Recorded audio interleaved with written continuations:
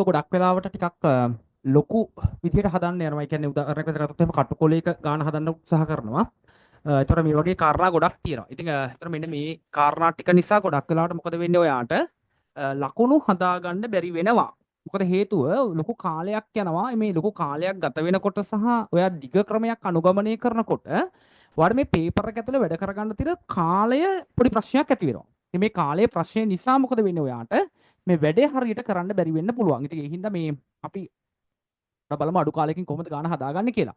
හරි. ද්විමේ සංඛ්‍යාවක් අෂ්ටමේ සංඛ්‍යාවක් බවට පරිවර්තනය කරන්න ආවොත් එහෙම අපි තුමු මෙන්න මේ වගේ ද්විමේ සංඛ්‍යාවක් දෙනවා ඔයාට. මේක අෂ්ටමේ සංඛ්‍යාවක් බවට පරිවර්තනය කරන්න කියලා. මේ ගාන මම එක පොඩක් කයි ලියා ගන්නම්. හරි. මේක අපිට අෂ්ටමේ සංඛ්‍යාවක් නැත්නම් ඔක්ටල් එකක් බවට පරිවර්තනය කරන්න කියලා කියනවා. අපි කරන්න ඕන පළවෙනි කාරණේ තමයි දකුණු පැත්තේ ඉඳලා වම් පැත්තට තුනේ කොටස් වලට වෙන් කර ගන්නවා මෙන්න මෙහෙම. පැහැදිලිව තුනේ කොටස් වලට වෙන් කර ගන්නවා. ඔයාලට මේක පේපර් එකේදීම කරන්න පුළුවන් ඈ. 1 2 3යි වෙන් කරගත්තා. 1 2 3යි වෙන් කරගත්තා. 1 2 3යි වෙන් කරගත්තා. මෙයාට දෙන්නෙක් මදි. ඔයාට අවශ්‍ය නම් කැමති නම් විතරක් ඔයා මේ බිංදු දෙක දාගන්න ඉස්සරහට මෙයාට තුනේ කොටසක් වෙන්න.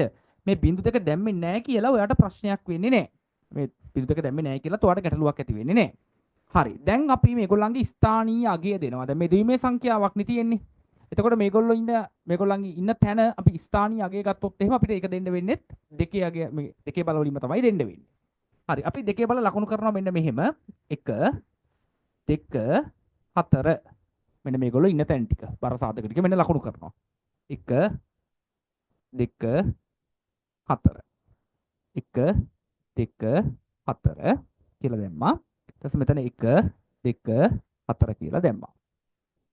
දැන් මේ ඔයා දාපු මේ බර සාධකවල මේ තියෙන බර සාධකවලට අයිති ඔයාගේ ද්විමේ සංඛ්‍යාවේ එක තියෙනවා නම් විතරයි ඔයාට මෙයාව ගන්න පුළුවන් වෙන්නේ. මෙයා තුන් දෙනාගේම එක තියෙනවා. ඒ නිසා අපි මේ උඩ ටික එකතු කරලා උත්තරේ දානවා. 4යි 2යි 6යි 1යි 7යි. ඔන්න දාගත්ත උත්තරේ. මෙතන එක ගන්න පුළුවන්. ප්‍රශ්නයක් නෑ. හැබැයි මෙයාගේ බර සාධකයට අදාළව තියෙන බිඳුව ඒ නිසා අපිට මෙයාව ගන්න බෑ. අපි මෙයාව අයින් කරනවා. මෙයාව කපලා අයින් කරනවා. අපිට මෙයාව ගන්න බෑ. මෙයාව අපි අයින් කරනවා. මෙතන 4ට අදාළව තියෙන්නේ 1 ඒ නිසා ප්‍රශ්නයක් නැහැ. යව ගන්න පුළුවන්. එහෙනම් එකතු කරන්න වෙන්නේ අපිට දැන් 4යි 1යි විතරයි. මෙන්න 4 එක එකතු කරපුවහම 5යි. මෙතනත් අපිට එකට අදාළව ගන්න බෑ. මොකද හේතුව මෙයාගේ බිඳුව තියෙන නිසා අපි මෙයාව අයින් කරනවා. අපිට මෙයාව ගන්න විදිහකුත් නැහැ. මෙයාවත් අයින් කරනවා. ඒතර මෙතන ඉතුරු වෙන්නේ 2 විතරයි. යට එකතු කරන්න ගාණක් නැහැ. ඒ නිසා අපි 2 එහෙමම දා ගන්නවා. මෙයාගේ මේ දෙන්නම තියෙන බිඳු ඒකයි මම කල්නුත් කිව්ව මෙතන බිඳු දෙක දැම්මා කියලා වැඩක් වෙන්නේ නැහැ කියලා. එතකොට මේක වැඩක් වෙන්නේ නැහැ. බිඳු දෙක දැම්මා කියලා කිසිම තේරුමක් නැහැ.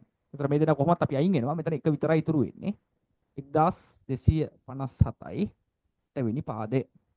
හර ලේසියෙන් ගාන හදා ගන්න පුළුවන්. මේක හොඳට ප්‍රැක්ටිස් කරගත්තට පස්සේ ඔයාට කිසි ප්‍රශ්නයක් නැතුව තප්පරෙන් උත්තරේ ගන්න පුළුවන් විදිහට වැඩේ හැදෙනවා. ඒ නිසා මේ වගේ කෙටි ක්‍රම පුළුවන් තරම් පාවිච්චි කරන්න. ඒතකොට අපිට MCQ එක ගොඩක් හොඳින් වේගෙන් ඉක්මනින් කාලය හරියට කළමනාකරණය කරගෙන වැඩේ කරන්න ඔයාට අවස්ථාව හම්බ වෙනවා. ඒ නිසා ඒ කාලය කළමනාකරණය කරගන්න තියෙන හොඳ අවස්ථාවක් තමයි මේක. මේ වගේ කෙටි ක්‍රමයකට පුරුදු වෙන එක. කටුකොලයක් ඕනේ නැහැ. පේපර් එකේ ගානෙම අපිට මේ විතර බෙදාගෙන වෙන් කරගෙන මේ ගාන එතනම අපිට හරි උත්තරේ හදා ගන්න පුළුවන්.